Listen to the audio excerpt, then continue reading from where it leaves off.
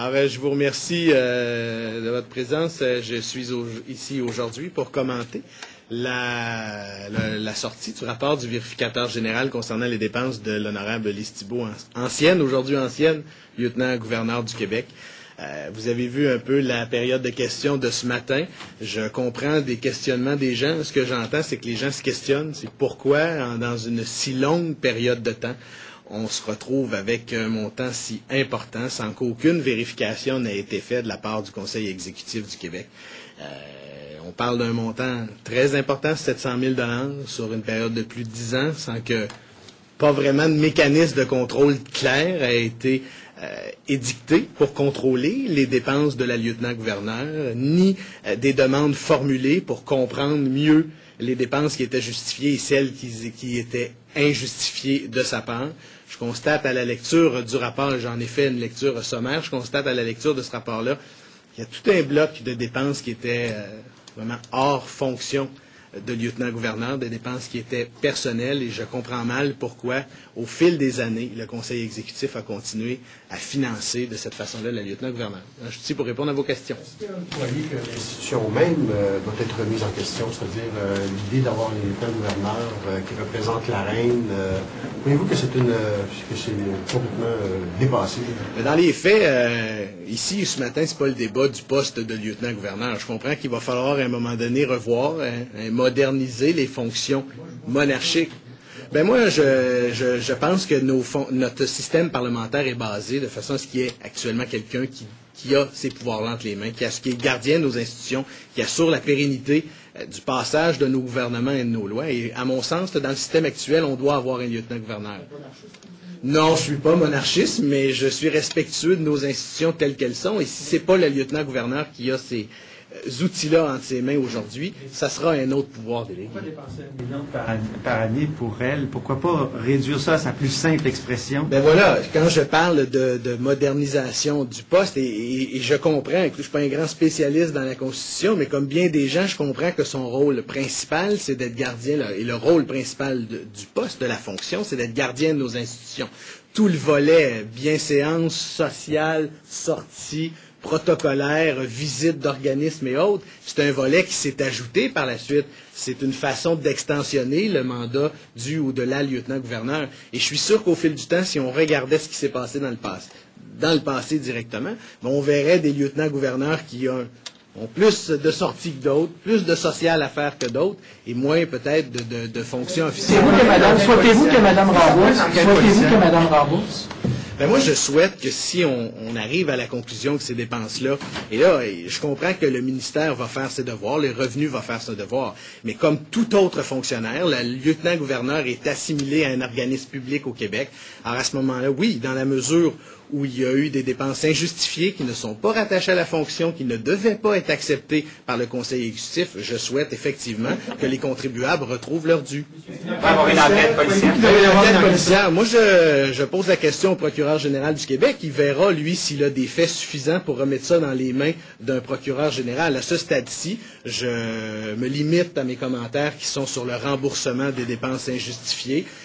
Avant de faire une enquête policière, vous savez comment ça fonctionne. On peut tous souhaiter qu'il y ait plus de rigueur, on peut tous souhaiter que les enquêtes y aillent plus loin. Une chose est certaine, c'est que le dossier devra cheminer dans les mains d'un procureur si c'est le souhait du procureur général du Québec. Le point par exemple, c'est qu'elle a fait des demandes, elle a été remboursée. Comme l'écrit le vérificateur, le Conseil exécutif n'a pas élaboré de directive claire et précise. Alors pourquoi est-ce qu'elle rembourserait alors qu'on le laissait faire et qu'il n'y avait personne qui l'a checké comme il faut? Écoutez, c'est pas parce que les mécanismes n'étaient pas clairs qu'elle pouvait outrepasser les fonctions pour lesquelles elle est assignée. Écoutez, toute personne qui a un compte de dépenses sait qu'en dehors des règles souvent assez vagues ou précises, tout selon le type d'emploi qu'il y a des choses qu'on ne peut pas faire. Et facturer à deux endroits différemment, deux paliers de gouvernement les mêmes dépenses, utiliser l'argent des concitoyens pour faire de la double facturation dans une ville et dans une autre au même moment, je pense que même si on avait eu des règles claires, peut-être qu'on l'aurait attrapé à temps, mais dans les faits, si l'intention de la personne qui occupait cette fonction-là à l'époque, c'était de faire ces gestes-là, écoutez, c'est pas une question de règle, c'est une question de jugement. Vous avez parlé de bonne foi et de volonté de transparence chez Mme Thibault. Ouais, croyez-vous, comme M. Pelletier, qui a bonne foi et volonté de transparence? Ben, écoutez, mais il y a une chose qui est claire. J'ai compris que Mme Thibault avait souhaité qu'une enquête se tienne. Ça, je dois lui reconnaître ça. Je pense qu'elle se trouvait quand même dans une situation où la soupe était assez chaude, et je viens de l'entendre je ne sais pas lequel de vos collègues, mais effectivement, elle était dans une situation où la tension était à son comble, et je pense qu'elle n'avait d'autre choix que d'aller vers cette enquête-là. Et de toute façon, elle se serait tenue. Vous êtes d'accord avec le jugement du vérificateur général qui dit que c'est une responsabilité partagée, que tout le monde a des torts là-dedans? Ben, je pense que c'est le rôle du vérificateur général de s'assurer que ça ne se reproduise plus dans l'avenir en identifiant là où sont les irritants. Dans ce cas-là, il y en a deux. Il y a le premier, c'est la personne elle-même. Elle en a fait, on en a abondamment parlé. Ce qui est inquiétant, c'est que nos gouvernements, et notamment le Conseil exécutif du Québec, lui, pendant des années, a fermé les yeux, n'a pas mis de règles claires, et c'est sûr que le Conseil exécutif a ses torts. Et moi, ce où je m'inquiète, c'est que ce rapport-là était en travail. J'ai même vu à la fin du rapport, vous l'avez vu, le Conseil exécutif émet même un commentaire. Ils avaient connaissance du rapport avant sa sortie ce matin. Et qu'est-ce qu'on a ce matin? Ben, c'est un ministre qui nous dit que bientôt, il y aura de nouvelles règles, bientôt, il y aura des modifications. J'aurais aimé que dès ce matin, pour un nouveau lieutenant-gouverneur qui est rentré en poste la semaine dernière, qu'on ait déjà, par souci de transparence, des nouvelles règles à lui octroyer. Vous êtes avocat, vous avez parlé du fait qu'elle a joué sur le flou de certaines règles pour se faire rembourser indûment des sommes d'argent. Vous êtes avocat, est-ce que c'est pas de la fraude, ça? Mais dans les faits, justement, j'utilise cette sagesse-là qui est la mienne pour vous dire, écoutez, aujourd'hui, je ne peux pas juger de ça. Je pense qu'il y a un procureur général qui aura à se pencher là-dessus. Si c'est son intention de diriger ce dossier vers une branche judiciaire et policière, il le fera. Mais ce que nous, on demande aujourd'hui, c'est que les enquêtes qui appartiennent au Conseil exécutif, les enquêtes qui appartiennent au gouvernement, on n'a pas besoin d'aller chercher des tiers. Aujourd'hui, on a un Conseil exécutif qui peut nous dire ce qu'il entend faire. Il aurait dû le faire. Il aurait dû nous dire pourquoi il a fermé les yeux au cours des 10 dernières années pour un montant si important. Il aurait pu le faire, il aurait dû le faire. Et le ministère du Revenu aura à nous dire est-ce que oui ou non, il y a eu malversation de sommes? Est-ce que oui ou non, il doit y avoir remboursement? Et si tel est le cas, on sera des partisans du remboursement, bien évidemment. C'est l'argent des Québécois. Oui, justement, mais à partir du moment où c'est effectivement les fraudes semblent plus les fraudes, c'est peut-être pas ça, mais le fait que c'est plus le fédéral qu'on doit rembourser, que les demandes viennent de remboursement, est-ce que c'est possible que l'exécutif, ici, ait peu à dire sur ce qui se passe? Ça, c'est ma première question. Et si c'est le cas, pourquoi un gouvernement autonomiste voudrait réavoir encore un lieutenant-gouverneur? Vous avez deux questions, mais vous avez deux contextes dans lesquels vous les posez et lesquels je dois vous répondre. La première question, c'est est-ce que le Conseil exécutif a des choses qui le regardent et des choses qui ne le regardent pas parce que ça appartient au fédéral? Vrai.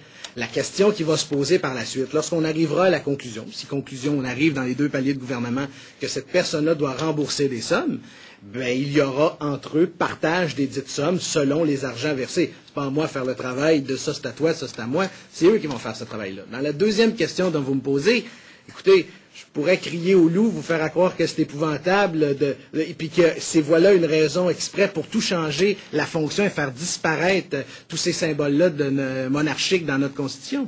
Le fait est que c'est pas parce que quelqu'un aujourd'hui qu'on constate qu'il a mal utilisé les sommes qu'on a mis entre ses mains pour exercer sa fonction, que je peux prétendre que demain matin, on pourra tout faire disparaître. Ça prendra une réforme constitutionnelle plus grande. Ce que je dis à tout le moins, c'est qu'on peut le moderniser. Je suis d'accord avec vous, M. Robitaille, on pourrait ramener ça à des fonctions qui sont les siennes et tenter d'éviter le million à combien?